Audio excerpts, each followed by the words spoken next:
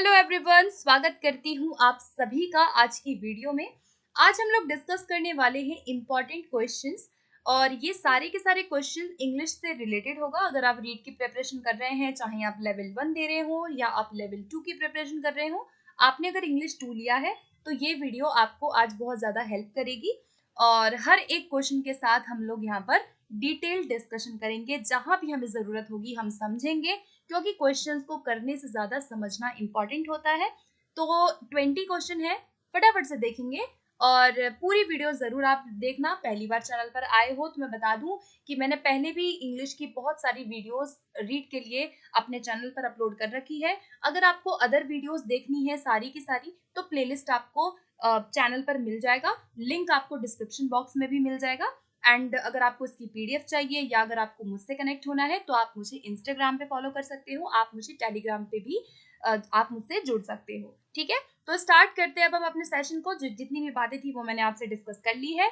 Okay, so first question से start करते हैं। देखो, अगर आप बहुत दिन से मेरे सेशंस ले रहे हैं तो ये क्वेश्चन आपको आज टफ नहीं लगेंगे, इतना तो मैं बता सकती हूँ। ठीक है, तो मार्क्स जरूर बताना कितने नंबर आप यहाँ पे ला रहे हैं। फर्स्ट क्वेश्चन से शुरू करते हैं। ओके, पहला क्वेश्चन है इन कम्युनिकेटिव अप्रोच। कम्युनिकेटिव आपसे अप्रोच पूछा गया है, ये सिलेबस में आपके मेंशन किया गया है। ठीक है, अगर आपसे सीएलटी पूछा जाए तो सेम बात है। कम्युनिकेटिव अप्रोच में क्या होता है? Authentic text are usually favoured, teacher acts as a facilitator, information gap activities are performed, या फिर ऑल ऑफ दीज। तो देखो, जब भी आपसे कम्युनिकेटिव अप्रोच के बारे में पूछा जाएगा तो आपको कुछ कीवर्ड्स पकड़ने हैं इसके बारे में। ठीक है, अब देखो यहाँ पर जो हमारा करेक्ट आंसर बनेगा वो बनेगा ऑल ऑफ दीज। ये तीनों ही बातें क्या है? करेक्ट है। अब कैसे करेक्ट है इनको डिस्कस कर लेते हैं। यहाँ पर ऑथेंटिक टेक्स्ट बच्चों के सामने क्या किया जाता है? बच्चों के सामने प्रेजेंट किया जाता है। ठीक है, ऑथेंटिक टेक्स्ट का मतलब है कि ऐसी चीजें उनको प्रेजेंट की जाती है जो उनके लेवल के अकॉर्डिंग हो, ऑथेंटिक हो। ठीक है, टीचर यहाँ पे फैसिलिटेटर होता है, टीचर यहाँ पे गाइड करता है। ओके, और इंफॉर्मेशन गैप एक्टिविटीज यहाँ पे अरेंज करता है टीचर, ये सीएलटी की एक्टिविटी होती है, ये आपको याद रखना है। तो यहाँ पे ऑल ऑफ दीज यहाँ पे करेक्ट आंसर होगा। इसके अलावा सीएलटी के बारे में कुछ कुछ बातें हैं जो मैं आपसे डिस्कस करना चाहती हूँ। ठीक है, डेल हाइमस ने इसको दिया सबसे पहले। ठीक है, डेल हाइमस का नाम याद रखिएगा। और यहाँ पर किस पे फोकस किया जाता है? सबसे ज्यादा मीनिंग पे फोकस किया जाता है। मीनिंग इज, क्या कहा जाता है कि मीनिंग क्या है? पैरामाउंट है। क्या है मीनिंग? पैरामाउंट, यानी सबसे उसको सर्वोच्च माना गया है। इसके अलावा यहाँ पर कॉन्टेक्स्ट की बात की जाती है, यहाँ पर कम्युनिकेशन की बात की जाती है, यहाँ पर आपका लिंग्विस्टिक एंड कम्युनिकेटिव दोनों ही कॉम्पिटेंसीज की बात की जाती है। ठीक है, और यहाँ पर टारगेट लैंग्वेज पे फोकस होता है, और यहाँ पर बहुत सारी एक्टिविटीज जैसे रीलिया, आपका जो कम्युनिकेशन है या इंफॉर्मेशन गैप एक्टिविटी है, स्क्रैम्बल्ड वर्ड्स वाले जो गेम्स हैं, वो सब हम यहाँ पे करवाते हैं। ठीक है, तो सीएलटी के बारे में सारी बातें आपको याद रखनी है। अगला देखते हैं, नेक्स्ट क्वेश्चन। ठीक है, तो देखो, जहां भी मुझे जरूरत होगी वहां पे मैं आप लोगों से एक्स्ट्रा चीजें डिस्कस कर लूंगी। जैसे कि मैंने कहा कि एक्स्ट्रा चीजें डिस्कस करना इंपॉर्टेंट होता है। एक क्वेश्चन से आप 4 क्वेश्चन यहाँ पे राइट कर लेंगे। ठीक है, चलिए अगला प्रश्न है, dash is formed when two vowels come together to create a new sound in a single syllable। अब इस यहाँ पे क्या होना चाहिए राइट आंसर? तो देखो, यहाँ पे जो हमारा करेक्ट आंसर बनेगा वो बनेगा डिप्थॉन्ग्स। ठीक है, अब इसको थोड़ा सा मैं और डिस्कस करूंगी क्योंकि यहाँ से आपका क्वेश्चन आप मान के चलिए कि 100% आपका बनेगा। ठीक है ना। तो यहाँ पर सबसे पहले जो डिप्थॉन्ग होता है वो 2 वॉवल्स का कॉम्बिनेशन होता है, ये आपको याद रखना है। आपके 2 वॉवल्स हैं, आपके 2 मोनोफथॉन्ग्स जो होते हैं, उनसे एक जब वॉवल नया कोई साउंड क्रिएट होता है वो डिप्थॉन्ग में आता है। टोटल डिप्थॉन्ग्स की संख्या 8 याद रखनी है। मोनोफथॉन्ग्स को हम क्या कहते हैं? इन्हें हम प्योर वॉवल्स भी कहते हैं, इन्हें हम सिंगल वॉवल साउंड भी कहते हैं। तो ये जितनी बातें बता रही हूँ आप प्लीज इसके नोट्स बनाइएगा, ठीक है ना, या आप सुन लीजिए। तो डिप्थॉन्ग को हम इम्प्योर कह सकते हैं, क्या कह सकते हैं? इम्प्योर या डबल वॉवल साउंड। ठीक है, आपसे अगर पूछेगा double vowel sound, impure sound या फिर ग्लाइड वॉवल्स, ग्लाइड पूछेगा तो वो आपका डिप्थॉन्ग होता है। मोनोफथॉन्ग को हम प्योर कहते हैं और सिंगल वॉवल कहते हैं। टोटल मोनोफ्थोंग्स 12 हैं, टोटल डिप्थोंग्स 8 हैं, दोनों मिलके 20 हमारे पूरे के पूरे वॉवल इंग्लिश के अंदर पाए जाते हैं। ठीक है, अब देखो ये जो शॉर्ट और लॉन्ग वॉवल्स हैं इनकी संख्या भी याद रखना। मोनोफ्थोंग्स 12 होते हैं, इनको दो पार्ट में डिवाइड किया गया है। पहला पार्ट है शॉर्ट वॉवल, दूसरा पार्ट है लॉन्ग वॉवल। अगर मैं शॉर्ट वॉवल्स की संख्या की बात करूं तो क्या कितने होते हैं, 7 होते हैं, और लॉन्ग वॉवल्स की संख्या कितनी होती है, 5 होते हैं। ठीक है, तो ये 7 और 5 मिलके आपके कितने बने, 12 टोटल मोनोफ्थोंग्स बनते हैं। ये बात आपको याद रखनी है। और टोटल अगर आपसे पूछेगा कि टोटल साउंड्स इंग्लिश के अंदर टोटल फोनीम्स कितने हैं, टोटल साउंड्स कितने हैं, तो 44 हो जाएगा। 20 हमारे वॉवल्स एंड 24 हमारे कॉन्सोनेंट साउंड्स होते हैं। तो ये जितनी बातें हैं इन सबको आपको दिमाग में फिट रखना है, इनको आपको याद रखना है एज इट इज। ओके, चलिए तो चलते हैं अगले क्वेश्चन की ओर। नेक्स्ट क्वेश्चन आता है, steps in remedial teaching are. अब आपको यहाँ पे क्या बताना है, ये आपको जो ऑप्शंस दिए हुए हैं इसके अकॉर्डिंग आपको यहाँ पे सही वाला आंसर जो है वो गेस करना है। ठीक है, रेमेडियल टीचिंग आपको पता है कि जब आप रेमेडी कर रहे हो यानी कि किसी भी बच्चों की कमियों को क्या करना, एक तरह से उनको दूर करना, या उसको आप क्या कर रहे हैं, कमियों को रेक्टिफाई कर रहे हैं, उसका आप समाधान कर रहे हैं, तो वो रेमेडियल टीचिंग का पार्ट होता है। इसके आपको क्या पूछे गए हैं, स्टेप्स पूछा गया है। ठीक है, तो पहले रिव्यू होता है, टीच पढ़ाना, follow the remedial drill units on the specific weaknesses revealed by the test, या फिर test for weaknesses wherever they appear. अब आपको ध्यान से इसको सोचना है कि क्या इसमें से सही क्रम होगा इसका। ठीक है, तो यहाँ पर हमारा जो सही आंसर होगा वो वाला वो क्या बनेगा, यहाँ पर हमारा ऑप्शन नंबर बी बनेगा। कैसे बनेगा, देखो सेकंड वाला हमारा सबसे पहले हम करेंगे, हम सबसे पहले क्या करते हैं, यहाँ पर सबसे पहले हम पढ़ाते हैं। ठीक है, हम पहले टीच करेंगे, उसके बाद अगर हम टीच कर रहे हैं तो हम फिर रिव्यू करेंगे। हम ये देखेंगे कि भाई हम जो टीच कर रहे हैं क्या वो सही कर रहे हैं, क्या बच्चों को समझ में आ रहा है। उसके बाद आप क्या करेंगे, उसके बाद आप एक टेस्ट ले लेंगे। अब आपने पढ़ाया, आपने उनका रिव्यू किया कि बच्चों को समझ आया या नहीं आया। अगर आपको लगता है कि उन बच्चों को समझ नहीं आया तो आप फिर टेस्ट लोगे उनके वीकनेसेस के लिए।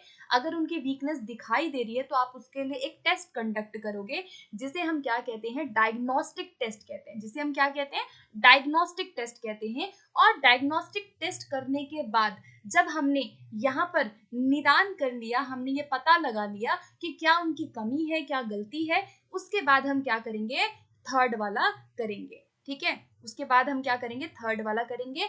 आप रेमेडियल ड्रिल प्रोवाइड करेंगे, जो भी उनकी वीकनेस है आप उनको दूर करेंगे। रेमेडियल टीचिंग भी हम बहुत सारी चीजें इसमें कर सकते हैं। हम यहाँ पे जो है इंडिविजुअलाइज्ड एजुकेशन प्रोग्राम यहाँ पे करवा सकते हैं, ग्रुप एक्टिविटी से आप करवा सकते हो, आप यहाँ पे बच्चों को अटेंशन दे सकते हो, एक आप लैंग्वेज गेम्स का यूज कर सकते हो। There are so many activities जिन्हें हम यूज करते हैं। ठीक है, सो करेक्ट आंसर इस क्वेश्चन के लिए हमारा फाइनली जो बनेगा वो बनेगा ऑप्शन नंबर बी। इस तरह से आपको ये चीजें याद रखनी है।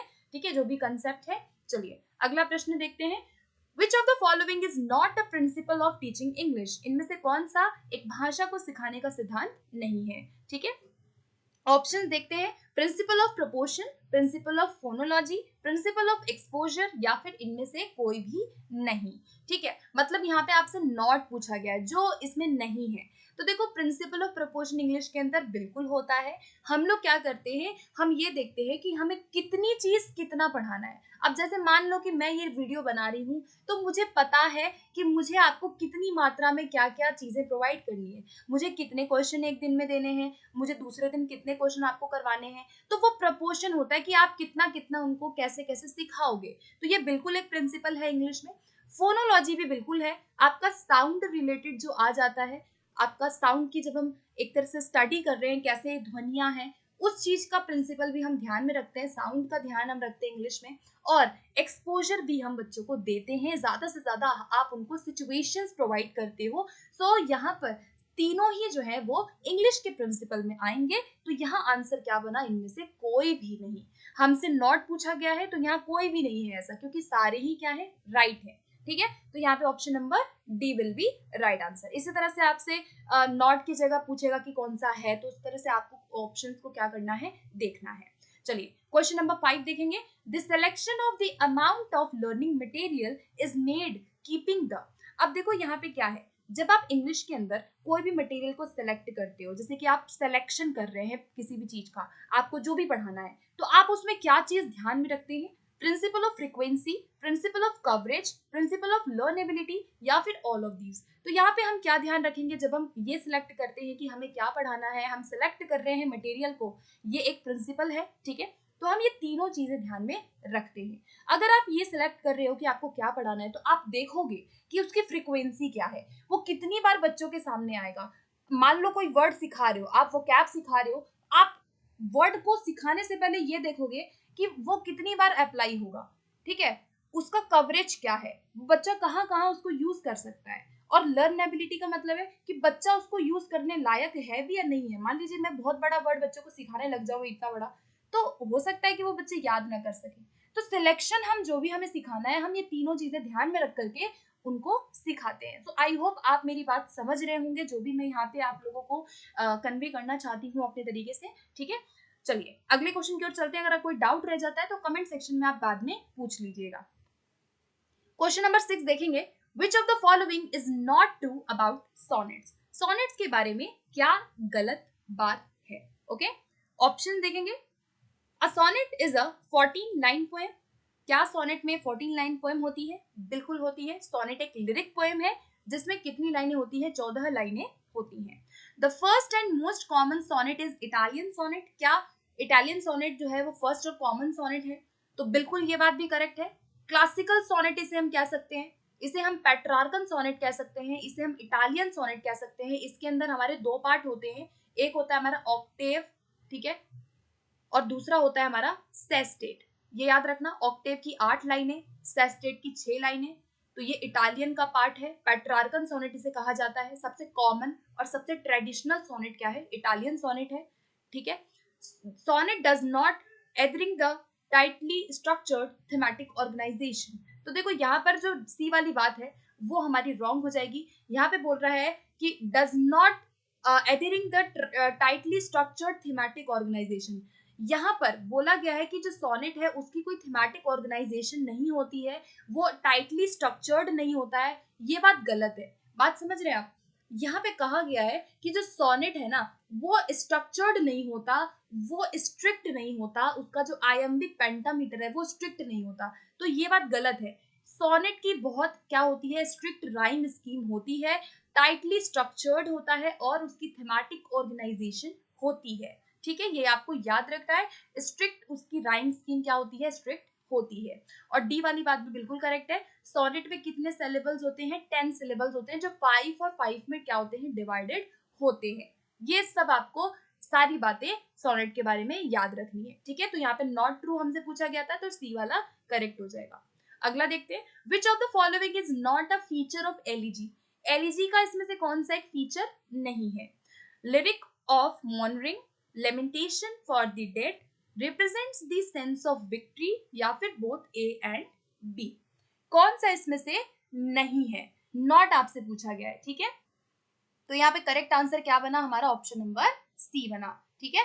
हम यहाँ पे विक्ट्री को नहीं दिखाते हैं। एलिजी का थीम क्या है? कि आप कोई शोक या विलाप प्रकट कर रहे हैं। एलिजी का मतलब ही है कि जब आप विलाप या किसी के प्रति शोक को प्रकट करना, किसी की मृत्यु पे जो एक लेमेंट पोयम होती है, जो शोक कविता होती है, वो एलिजी में हमारा कंसिडर किया जाता है। एलिजी किसी सैड थीम को दिखाता है। एलिजी जो है किसी लेमेंट को दिखाता है। एलिजी जो है वो सौरों को दिखाता है, दुख को दिखाता है। किसी की मृत्यु पे जब हम उसको एडमायर करते हैं, वो चीज हमें एलिजी दिखाता है, ठीक है। तो यहाँ पे सी इसका जो होगा वो नॉट वाला हो जाएगा, ओके। चलिए अगला प्रश्न देखते हैं।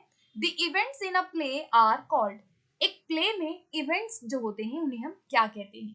ठीक है, सेटिंग, प्लॉट, थीम, या सीनरी। तो प्ले यानी कि आपका, इसको हम ड्रामा भी कह सकते हैं। ड्रामा में जो हमारे इवेंट्स होते हैं ना, उन्हें हम क्या कहते हैं? उन्हें कहते हैं प्लॉट, ठीक है। प्लॉट क्या दिखाता है? कि आपके इवेंट्स क्या होंगे, कैसे कैसे कोई भी चीज है, कैसे कैसे वो एग्जीक्यूट होगी, ठीक है। सीनरी का मतलब है कि उसमें बैकग्राउंड वगैरह, जब हम जैसे हम कोई प्ले कर रहे हैं, ड्रामा कर रहे हैं, तो वो कहाँ करेंगे, मतलब उसका एक टाइम और उसका जो एक प्लेस है वो चीज हमें सीनरी दिखाता है। थीम का मतलब है कि आप क्या थीम दिखा रहे हैं, आप हॉरर दिखा रहे हैं, आप कॉमेडी दिखा रहे हैं, आप ट्रेजेडी दिखा रहे हैं। सेटिंग का मतलब होता है कि आपका जो प्ले है वो किधर आप कर रहे हो, ठीक है। तो यहाँ पे जो इवेंट्स होते हैं ना हमारे किसी भी स्टोरी में, वो प्लॉट के अंदर आता है, ठीक है।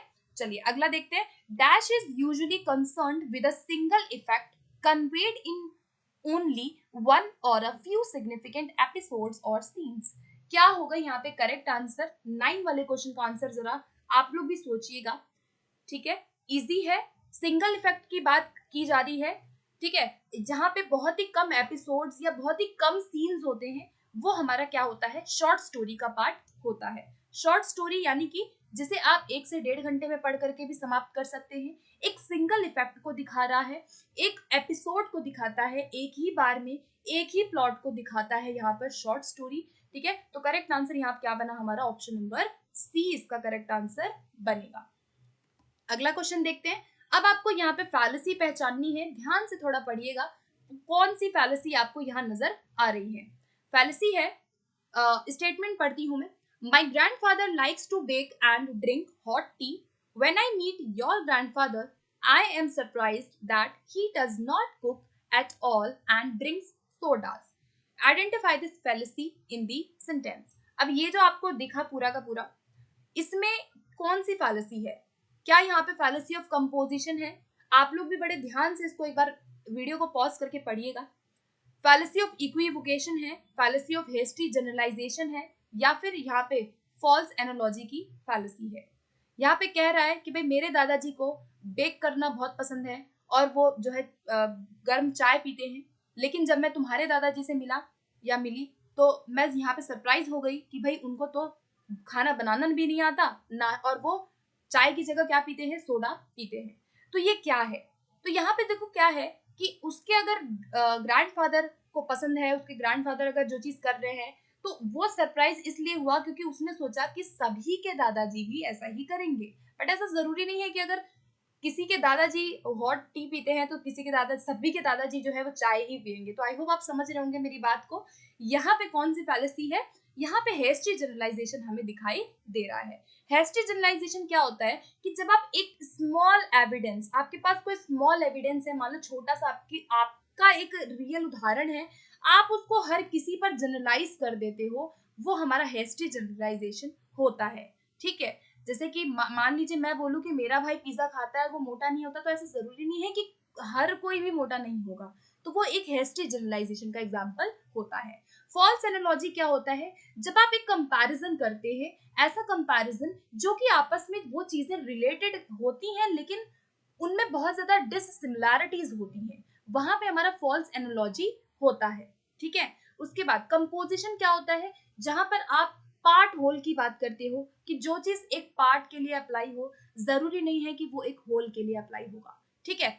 हेस्टी जनरलाइजेशन में आपका एविडेंस होता है, हेस्टी जनरलाइजेशन में आपका एक रियल लाइफ एग्जांपल्स आप देखते हो, आप सब पर ही वो चीज जनरलाइज कर देते हो। कंपोजिशन थोड़ा सा अलग होता है। कंपोजिशन में हम किसी पार्ट के अकॉर्डिंग, अगर कोई चीज पार्ट्स में है उसके अकॉर्डिंग हम होल की बात करते हैं, ठीक है। सो गाइस मैंने इसकी भी वीडियो बनाई हुई है, अगर आपको डिटेल में इसको पढ़ना है तो 2 वीडियो है मेरे चैनल पर, प्लेलिस्ट जाके देखिएगा, जरूर आपको समझ में आएगा, ठीक है। देख लेना अगर आपको नहीं समझ में आता है। चलिए अगला क्वेश्चन देखते हैं अब हम। 11 क्वेश्चन है, the student as well as the committee members dash excited. क्या आना चाहिए यहाँ पर? तो देखो ये आपका सब्जेक्ट वर्ब एग्रीमेंट से क्वेश्चन है। राइट आंसर जो इसका होगा वो हमारा होगा ऑप्शन नंबर ए इज होगा। पहली बात यहाँ पर एज वेल एज का यूज किया गया है, ठीक है। तो जब भी हम एज वेल एज वगैरह लगाते हैं तो वहां पर हमारा जो सब्जेक्ट होता है वो फर्स्ट वाले के अकॉर्डिंग ही आता है। फर्स्ट सब्जेक्ट हमारा यहाँ पे स्टूडेंट है, तो इसके अकॉर्डिंग हमारा आंसर क्या आ जाएगा? इज आ जाएगा, ठीक है। चलिए अगला प्रश्न देखते हैं। They live in a very big house they dash rich. अब यहाँ पे आपको बताना है करेक्ट मॉडल क्या आएगा। आर आएगा, मस्ट बी आएगा, कैन बी, मे बी आएगा या कैन बी आएगा। तो कह रहा है कि भाई they live in a big very big house they dash rich. तो यहाँ पे हमारा सही आंसर बनेगा दे मस्ट बी रिच, ठीक है। यहाँ पे क्या आएगा कि भाई वो बड़े घर में रहते हैं तो जरूर वो क्या होंगे? रिच होंगे, ठीक है। ऑप्शन नंबर बी हमारा करेक्ट आंसर हो जाएगा। अगला देखते हैं, he said that he dash go to Italy in जून और जुलाई। अब यहाँ क्या आएगा, कैन, शुड, माइट या would. He said that he dash go to Italy in जून और जुलाई। तो यहाँ पे एक पॉसिबिलिटी को दिखा रहा है, ठीक है। तो यहाँ हमारा करेक्ट आंसर क्या बनेगा कि he might go to Italy, ठीक है। हो सकता है कि वो, उसने कहा कि वो जून या जुलाई में, अब ये वो कंफर्म नहीं है, ठीक है, उसको ये बात कंफर्म नहीं है कि वो जून में जाएगा कि जुलाई में जाएगा। तो यहाँ क्या हम लगाएंगे इस सिचुएशन में कि he might। ओके, चलिए अगला प्रश्न देखते हैं। ओके, अब यहाँ पे आपको राइम स्कीम पहचाननी है, ठीक है। आपका रीड के अंदर राइम स्कीम से क्वेश्चन आ चुके हैं पहले भी, 4 लाइन की राइम स्कीम आपसे पूछी जाती है। तो चलिए इसको करते हैं, बहुत आसान है। सबसे पहले डे लिखा है तो हम ए से स्टार्ट करेंगे। वे, डे, वे। अगर आपको सेम दिख रहा है तो सेम आप लेटर लिख दो, डे वे सेम है। एयर, एयर अलग है तो बी कर दो। हेयर, एयर हेयर सेम है, बी कर देंगे। टोज, नोज, टोज अलग है, बाकियों से टोज अलग है, तो हम यहाँ सी से स्टार्ट करेंगे। टोज के बाद नोज आ रहा है, सेम है, तो हम यहाँ पे सी करेंगे। स्काइज, आइज, तो यहाँ क्या करेंगे, डी और डी करेंगे। इस तरह से हमें वर्ड्स के अकॉर्डिंग, जैसे भी राइम है उसके अकॉर्डिंग हमें इन लेटर्स को लिखना होता है पहले। उसके बाद आपको ये सारा पढ़ने की जरूरत नहीं है, और फिर आप देख लीजिए कि कौन सा ऑप्शन यहाँ पे हमारा होगा। तो हमारा आंसर आया है A B B C C D D. तो यहाँ पे देख लेते हैं, तो यहाँ पर जो ऑप्शन नंबर बी है वो हमारा आंसर, करेक्ट आंसर यहाँ होगा। ए बी बी सी सी और डी डी की राइम स्कीम यहाँ पर है, ठीक है। चलिए अगला प्रश्न देखते हैं।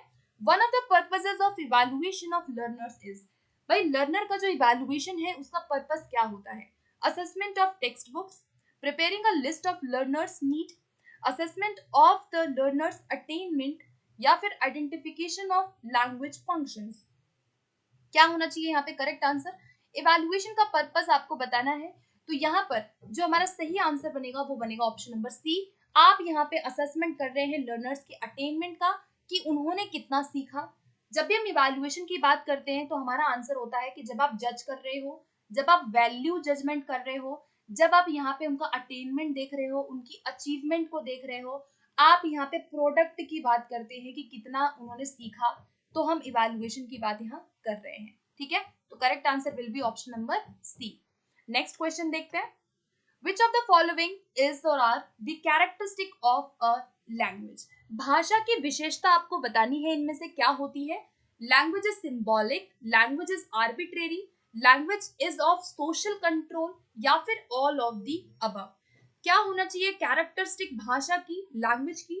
तो यहाँ पे हमारा आंसर बनेगा ऑल ऑफ दी अबव, ठीक है। जो लैंग्वेज होता है वो सिंबॉलिक होता है, ए बी सी डी में हम इसको कितने सारे सिंबल्स में भाषा को दिखा सकते हैं, चाहे हिंदी हो चाहे इंग्लिश हो। लैंग्वेज आर्बिट्रेरी होती है, बिल्कुल ये बात भी बिल्कुल सही है, मतलब कि there is no relationship between the word and their meaning. एक वर्ड और उसके मीनिंग में एक रिलेशन नहीं होता है, ठीक है ना। जैसे कि अब मान लो पेन है, अब पेन को हम हिंदी में कलम क्यों कहते हैं, पेन को कलम क्यों कहते हैं हमें नहीं पता, तो इसके वर्ड में और इसके मीनिंग में कोई रिलेशन नहीं है, ठीक है। तो ये आर्बिट्रेरी हुआ। लैंग्वेज क्या है, सोशल कंट्रोल करने का कार्य करता है, बिल्कुल। मतलब मान लीजिए कोई बोर्ड पे आपका कोई साइन लिखा है, वहां पे लिखा है डेंजर, तो ये क्या है कि आपने भाषा से समझ लिया, आपको उसने कंट्रोल किया कि भाई ये डेंजर है तो आप यहाँ नहीं जाएंगे। तो लैंग्वेज का काम होता है सोशल कंट्रोल करना भी, ठीक है। आपने देखा होगा बोर्ड लगे रहते हैं कि यहाँ जाना मना है, यहाँ थूकना मना है, यहाँ कूड़ा फेंकना मना है, तो वो एक सोशल कंट्रोल का काम करता है। तो यहाँ पे हमारा आंसर क्या बना, ऑल ऑफ दी अबव।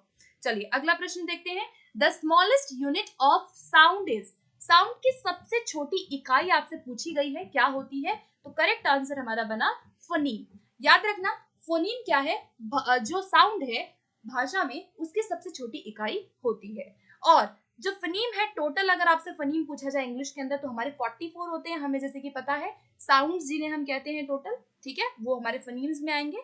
ग्राफीम क्या होता है? ग्राफीम जैसे कि मान लो जो भी हम साउंड बोलते हैं, जैसे मैंने बोला कैट, अब मैं बोल रही हूँ कैट, तो कैट में वैसे तो क का साउंड आ रहा है, के का साउंड आ रहा है, लेकिन हम इसको सी से लिखते हैं। तो ये जो सी है ये हमारा क्या है, ग्राफीम है।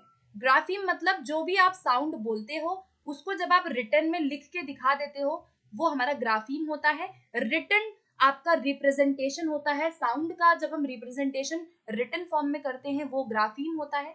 मोर्फीम क्या होता है, आपकी वर्ड की सबसे छोटी इकाई, ठीक है, words smallest unit of word, ठीक है, वर्ड्स की स्मॉलेस्ट यूनिट अगर आपसे पूछेगा तो वो आपका मोर्फीम है, जिसे हम पार्ट्स में डिवाइड नहीं कर सकते, ठीक है। जैसे मैं बोलूं अनहैप्पी, अब मैंने बोला अनहैप्पी, अनहैप्पी में कितने मोर्फीम है यहाँ पे अगर मैं आपसे पूछूं तो दो मोर्फीम है। कैसे, एक है अन, एक है हैप्पी।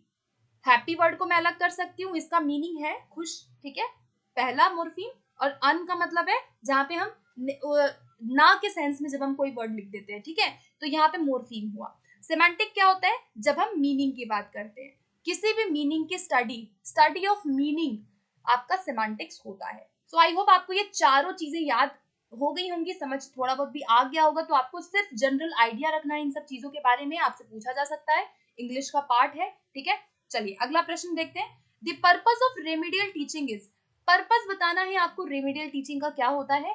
तो यहाँ पर पर्पस सिर्फ यही है कि आप वो चीज पढ़ाते हैं दोबारा से, वो चीज आप रीटीच कर रहे हैं जो उन्होंने सही से नहीं सीखा है, ठीक है। तो आप में से काफी लोगों ने ये क्वेश्चन पूछा कि रीटीच होता है कि नहीं होता है। तो देखो रेमेडियल टीचिंग में रीटीच बिल्कुल होता है। आपने कोई चीज पढ़ाया, मान लो आपने पहले टीच किया, आपने रिव्यू किया, रिव्यू के बाद आपने टेस्ट लिया, टेस्ट के बाद आप उसको दूर कर रहे हैं, तो दूर कैसे करेंगे, आप उसको अगेन टीच करेंगे जो उन्होंने नहीं सीखा, ताकि आप उनकी जो भी गैप्स हैं, ताकि उनकी जो गलतियां हैं आप उनको क्या करें, दूर कर सके। तो आपको सिर्फ इन कंसेप्ट को समझना है कि रेमेडियल टीचिंग का सिंपल सा काम यही है कि जो बच्चे पीछे हैं अपने संगी साथी समूह से, जो पिछड़े हैं बच्चे, जो आपके बैकवर्ड है, बैकवर्ड तो नहीं कह सकते, जो एकेडमिकली पीछे हैं, उनको आप क्या करते हैं, एक सपोर्ट देते हैं, एक उनकी जो कमियां हैं उनको आप दूर करते हैं, ठीक है। चलिए अगले प्रश्न की ओर चलते हैं अब हम। ओके 19 क्वेश्चन आता है, मे आई एंटर योर ऑफिस। अब ये क्वेश्चन पूछा गया, आपको बताने कि ये जो मे का यूज किया गया है वो किस सेंस में किया गया है, परमिशन में किया गया है, पॉसिबिलिटी में, प्रोबेबिलिटी में, या ऑर्डर में किया गया है। तो देखो यहाँ पे आप क्या पूछ रहे हैं कि मे आई एंटर योर ऑफिस, आप किसी से यहाँ क्या ले रहे हैं, आप किसी से परमिशन ले रहे हैं, ठीक है। तो इजी था, ये क्वेश्चन आपका रीट में भी आ चुका है, इसी प्रकार के प्रश्न आपसे पूछे जाएंगे, ठीक है। तो मे का यूज यहाँ पे किया गया है। अगर हम कैन का यूज करते हैं तो कैन का यूज भी हम इनफॉर्मल सिचुएशन में कर सकते हैं, ठीक है। मे का यूज हम ज्यादातर फॉर्मल किसी से परमिशन लेने में करते हैं, और अगर हम कैन की बात करें तो वो इनफॉर्मल चीजें पूछने में हम कर सकते हैं। कैन का यूज हम पॉसिबिलिटीज को शो करने में कर सकते हैं, मे का यूज भी हम पॉसिबिलिटी और प्रोबेबिलिटी दोनों में कर सकते हैं, ठीक है। ये बात आपको याद रखनी है। चलिए लास्ट क्वेश्चन अब हम आज का देखेंगे। अन एलिजी इज अ, फिर एलिजी आपसे पूछा गया है, प्रेयर है, poem about someone's marriage, love poem, या फिर सैड पोएम।